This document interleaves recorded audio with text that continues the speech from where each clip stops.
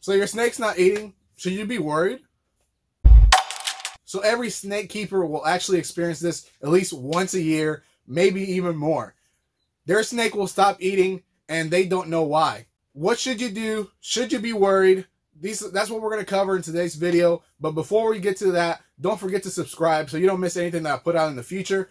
Also, I'll put a link up in the corner there for any other videos that might interest you.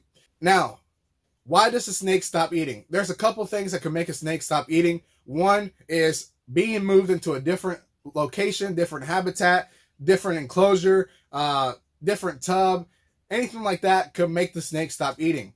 Also, when you upgrade a snake from a smaller enclosure to a larger enclosure, that definitely will make them stop eating. Now, I have some eager snakes that never miss a meal, and that happens too. So really, it's not uncommon for a snake to go off food. It's not uncommon for a snake to continuously eat food. That really just depends on the individual snake. For example, my males, whenever it's breeding season, I've had males go month, 2 months, 3 months without eating, and I offer them food. They just don't want the food. It's because they're too busy thinking about what they're going to do and the ladies. So I actually have a couple males right now that haven't ate since September.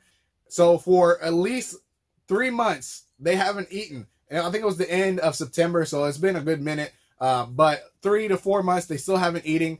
I offer them food every week. They just don't eat it.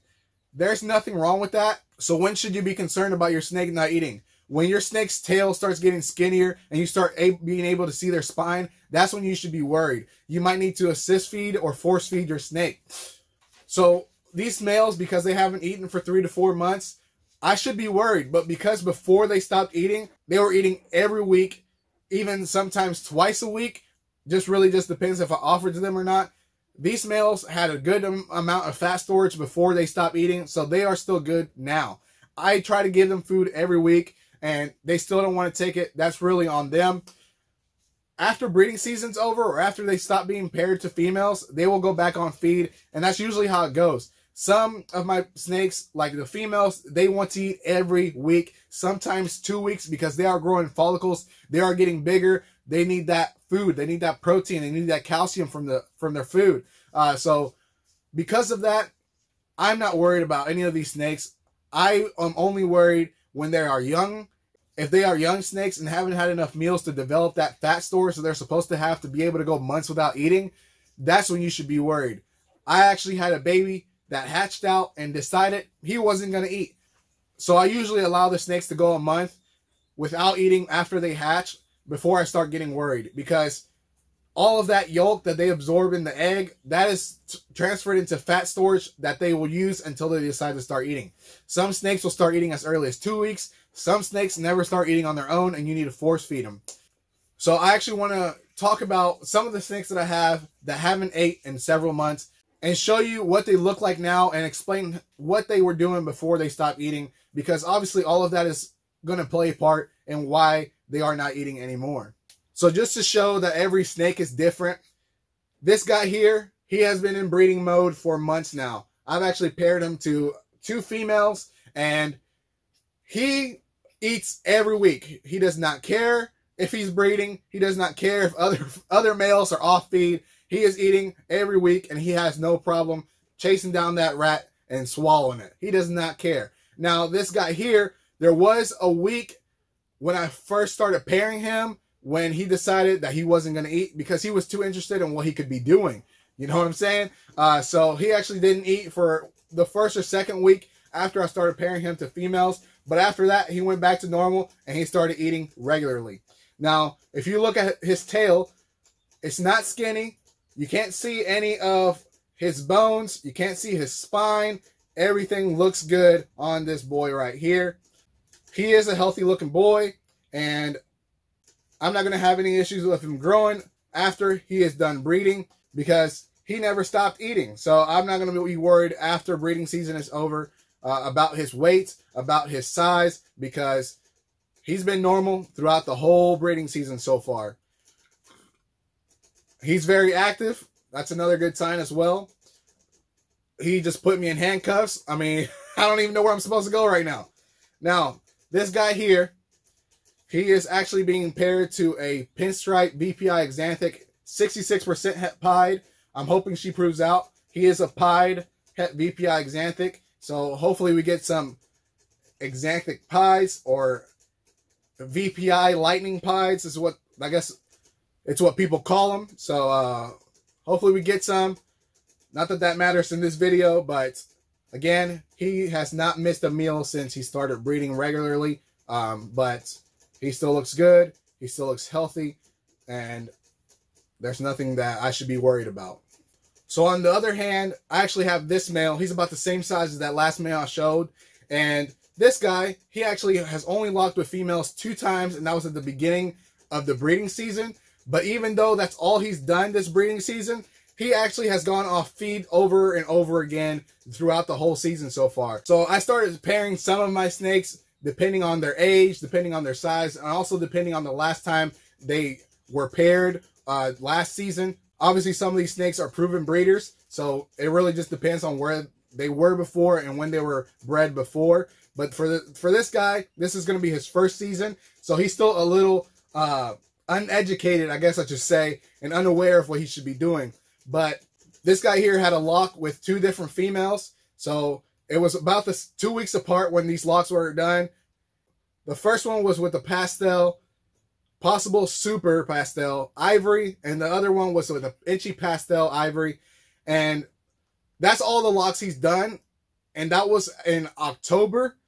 So this guy has decided that after that, he's only going to eat once a month. So I offer him food, he just doesn't want it. He's also not breeding. Every time I put him with the female, he just chills in the back and calls it a day. And the female's like, what the heck are you doing, man?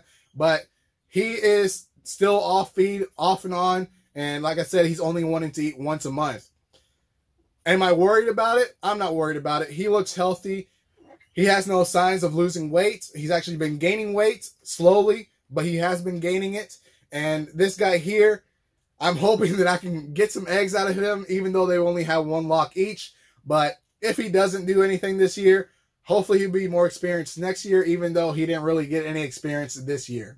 Now, you're probably wondering, is this guy going to show any females?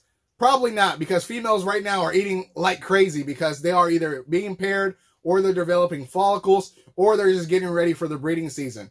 So this guy here, he actually is one of the males that hasn't eaten since September. So I am still not worried about it. He still hasn't been showing any signs of losing weight. I weigh my snakes once a month, usually at the beginning of the month, just because I feel like it. Some people don't weigh their snakes that often, but I do. I don't mind doing it because I don't have as many snakes as some other people do. So this guy, he actually hasn't lost really any weight since September. He hasn't gained any weight since September either, but he's about 1,100 grams.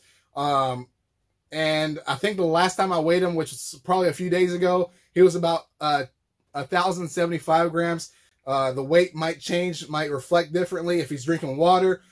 For the most part, though, this guy is healthy and he hasn't really lost any weight. And it's been since September that he's eaten. I think it was like mid or late September that he last ate. But there's nothing wrong with him. His spine looks fine. His tail hasn't really shown any signs of losing weight or any fat. This guy here, he's actually locked up several times with about 4 females so far this year. And that's probably another reason why he's not eating. Before that, again, he was eating every week, sometimes twice a week, depending on when I offered it. But he is fine. He hasn't shown any signs of losing any weight. He hasn't shown any signs of wear to his body or anything like that. Now, when I would be worried, I would start being worried if he goes another month without eating. If he goes another month without eating, I will be concerned because the last time he was paired with a female was 2 weeks ago. And I'm hoping that within the next month or so, he starts getting back in the rhythm of eating because he's not being paired to any females, which usually causes them to go off feed. Again, this guy, super healthy, nothing wrong with him. One of my favorite snakes, this is actually the first snake I ever had. His name is Khaki. He is a banana calico, possible inchy. I'm actually proving him out this year, or not proving him out this year, because I paired him to a super inchy. So if I get any super inchies in the clutch, then I'll know for sure that this guy was an inchy. The whites on this calico are insane. Every time I look at this snake, I'm like, he might as well have been a pied, because look how much white he has. I have some pies that have less white than this, and this guy is just blowing them out of the water. So here's the first female I'm showing. This is a normal, 100% het pied, 66% het caramel albino. This girl here, she has been locking with a banana pied, banana fire pinstripe pied for about 4 or 5 months now. So she actually stopped eating late December, and that usually happens when they're getting close to ovulating. So they'll have an ovulation shed, and then they'll actually have a pre-lay shed about 2 months later. And again, this girl hasn't ate for a good 3 or 4 weeks now, and she's continuing to gain weight, so I'm not worried about it. She is actually been paired several times, and she's already looking very girthy right here, which is another sign that she's developing eggs, and she's already had her ovulation shed, so I already know that she's been developing eggs. But she is beautiful. She is just a normal. You can't go wrong with some of these normals because they look so good sometimes. This girl being het pied doesn't really change anything on her look, but just being this normal, I'm not worried about how she looks. You can't go wrong with a normal ball python because even as normals, even as cheap as they are, they still look great. And so she's actually one out of 3 snakes that I have that are normals, and they all have hets and stuff like that, but for the most part, they look normal. And I've never been disappointed in the way the normal snakes look, and I always enjoy looking at them because if we didn't have a normal ball python, we wouldn't even have ball pythons to begin with, because obviously all of the other genes and morphs and stuff are bred to normals to get that consecutive look, to breed those lines, to figure out if they're dominant, co-dominant, recessive.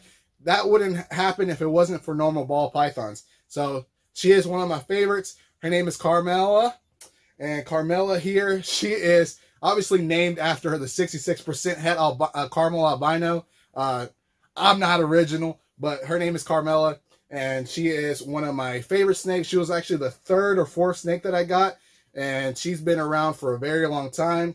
There was a little time there where she was at my buddy's house, and he was trying to actually pair her to his Reddick, and he was trying to create hybrids, and I was honestly intrigued, so I let him, and that never happened, so I got her back, and she has been with me ever since. But she is one of my favorite snakes, even though she is a normal. So another thing that would make a ball python not eat is if the rat fights back. I have some ball pythons that the rat fought back and didn't harm them any, but because they got startled, they have been off rats for weeks. I actually have one right now that she was in shed, and it was in the early stages of shed, so I didn't know she was actually in shed. And I put that rat in there, and I feed live just because it's easier for me. And I leave them in there overnight, and in the morning, usually it's about, I would say like 10 hours that they're in there. But in the morning, I'll come out, and if they haven't eaten it, I'll take it out. But for some reason, this rat decided to fight back, and the snake after that was in one corner, and the rat was in the other corner. So no harm to the snake, but she has not been eaten since because she got startled by the rat. For this snake in particular, this is not the first time that's happened, but after a few weeks, she does go back to eating. I think for this snake, I'm actually going to have to start feeding freshly killed rats because she does not like when the rat fights back.